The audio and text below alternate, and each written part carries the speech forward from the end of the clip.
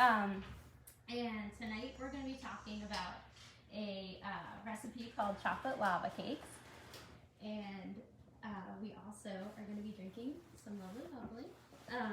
We just started getting half bottles here at Nair Cooking, so we wanted to try the smaller one. So if you come in and there's a wine that might be a little bit out of your price range, or it's just the two of you, and you don't feel like you can have a whole bottle, we have half bottles now. So we're gonna try that as we create. But why are we making this, Charlie?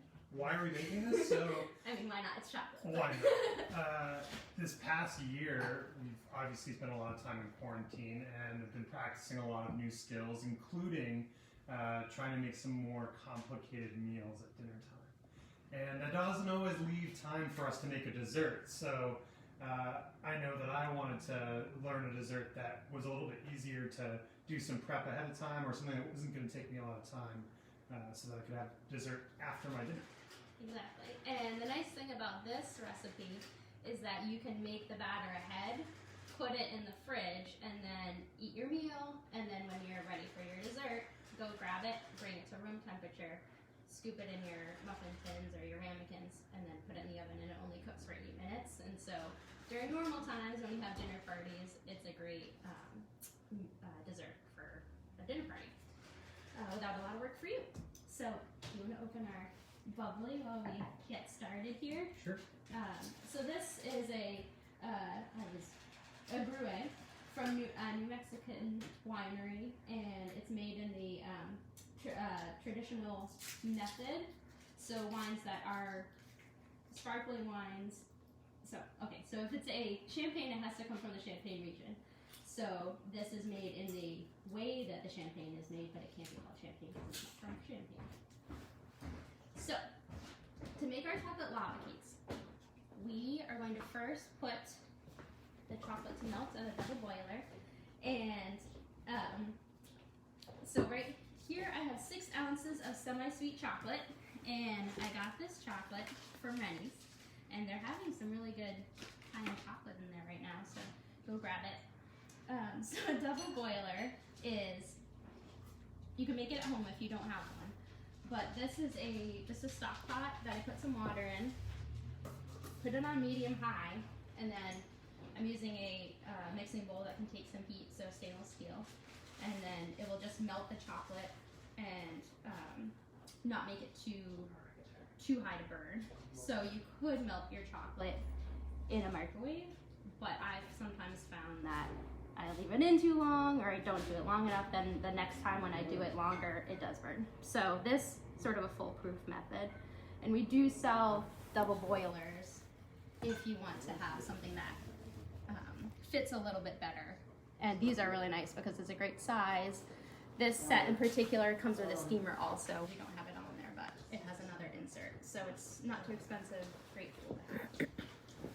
So with these 6 ounces of semi-sweet chocolate, I'm going to put in a stick of butter. I'm going to use my bench scraper to cut it into smaller pieces so it melts a little bit faster. It's been out, so it's getting a little bit warmer. Nice. But I love the bench scraper because it's sort of fun to just chop with. I also use it to cut dough. So satisfying. And then it sticks to it like that. And it just all goes in there. Here you go. Cheers.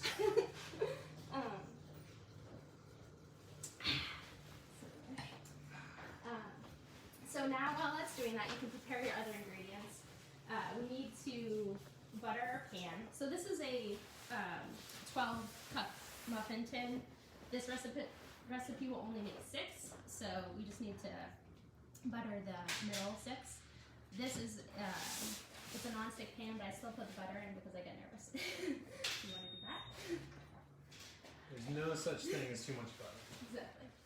Emily's half British, so.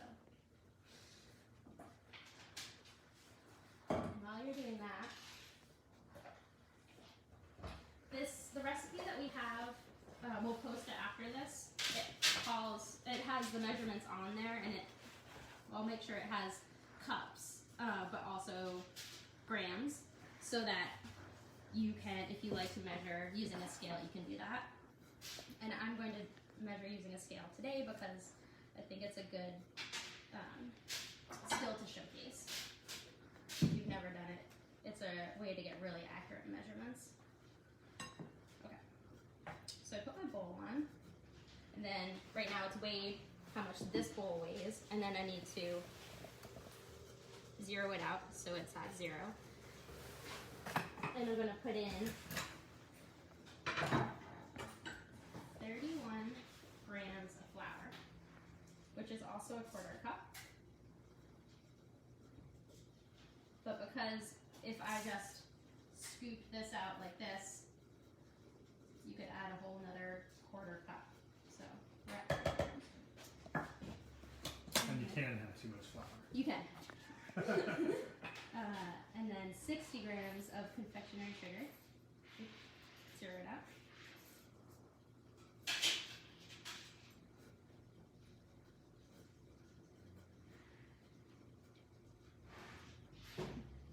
I always recommend going a little bit slower than you think you have to because it's much easier to add more than it is to get it back out. And then pinch of salt. I'm not going to measure that. Just pinch it. And that's all. And that. And then the other thing we need to do is crack 2 eggs into here. If you want to do that. Sure. Rather you crack eggs online.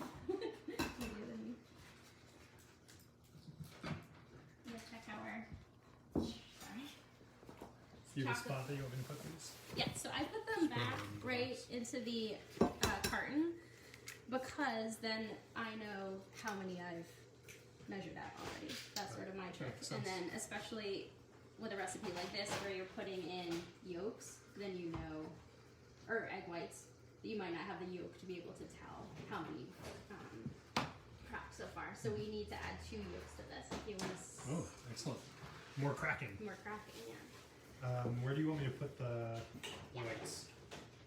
I made this recipe earlier, so we have some more weights in here, and we can make meringue with the extra egg whites, which I love. Double dessert. Double dessert, yeah.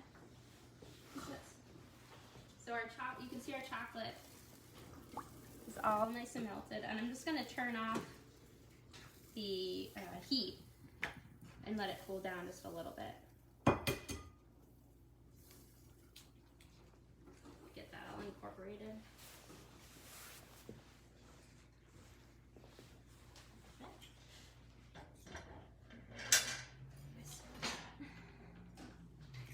This is my favorite whisk.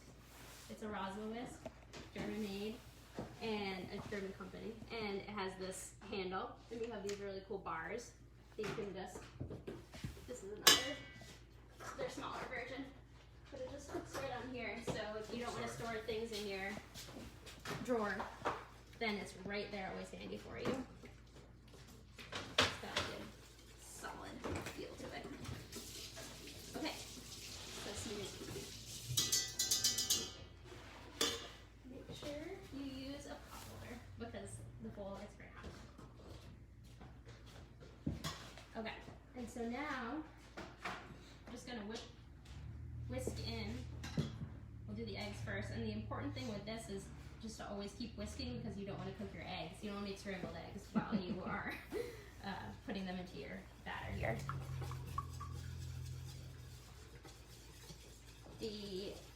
So I always thought lava cakes are really hard to make.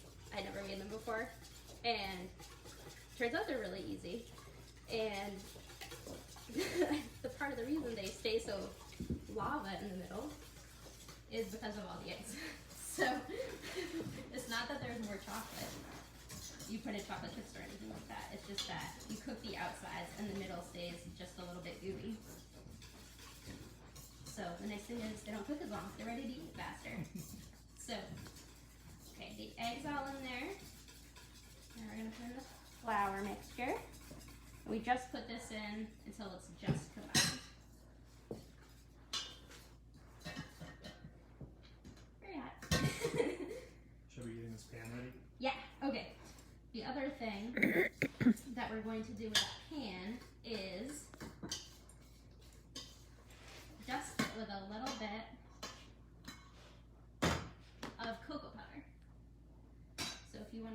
here, and then you can use the sifter, and then sift. Yeah, Oops. nice. I just shake it. Yeah, it has a whole thing in there. Yeah, perfect.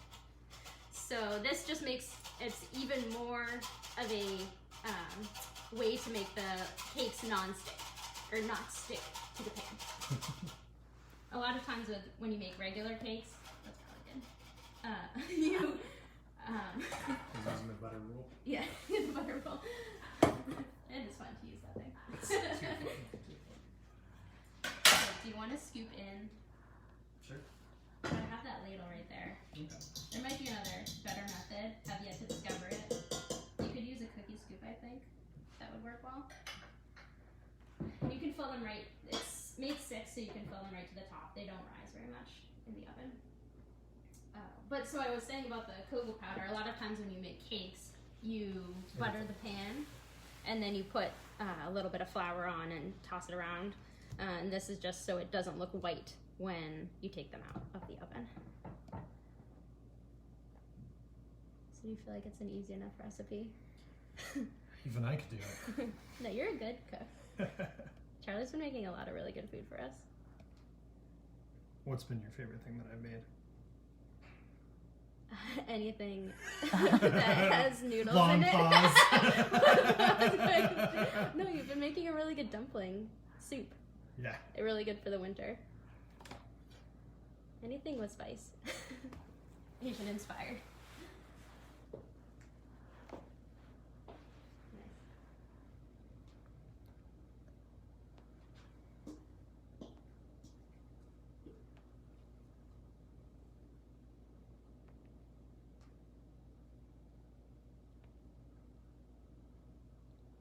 We also have our really good. Yeah. Well, We're all so good already. focused. Yeah. We have these really good spatulas too. If you're going for a red theme, we have a lot of really good red things in our kitchen. You could also, so if you don't have a muffin tin, you could also use a ramekin. We have the plain white ones that you typically think of when you think of ramekins. We also have these fun. These are Denby, so they're a British company. And then we have Fiesta Ware. These are little bouillon bowls that I thought they would be fun too. And they can't take super high temperature, but they can take the 350 that it needs for this recipe. So, yeah. How's that? Good to the last drop. Nice. We can eat the rest of the chocolate that's in here while it's cooking. Yeah. There's no rise. Okay. You want to open the oven? Huh?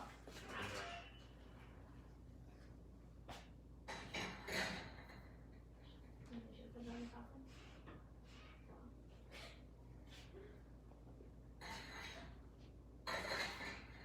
Okay, so this will now cook for, if you're doing it in a muffin tin, it cooks for 8 to 10 minutes. The ramekins would be a little bit longer. I haven't done those, but I think it would probably be 10 to 12. So 5:29, they'll be ready to go. And so we have some that I already made, so we could try them. But you'll see that I had some helpers eat the other 4. So this is what they look like when they come out of the oven. The outside should be just set, and the middle should still look a little bit. Molten. I don't want to say raw. Molten, yes. Rare. Rare, yes. So these, I cooked these yesterday, but they'll be, you wait a minute once they come out of the oven when you're ready to serve them fresh, and then just use a spoon and plop them on the plate. The darkness is the cocoa, not that it's burned. But the nice thing is, then you put your topping on, and it covers it right up. More sugar. More sugar, yeah. So this is just powdered sugar. You could put whipped cream on there, or Butter. strawberry or butter. Just melt some butter, put it on there. You don't even have to put anything on if you don't like things super sweet, but I don't know any of those people. So that's it, and then it should break right apart and be molten-y, and then you have your bubbly, and then you have a good night. So, cheers! Happy Valentine's Day! Happy Valentine's.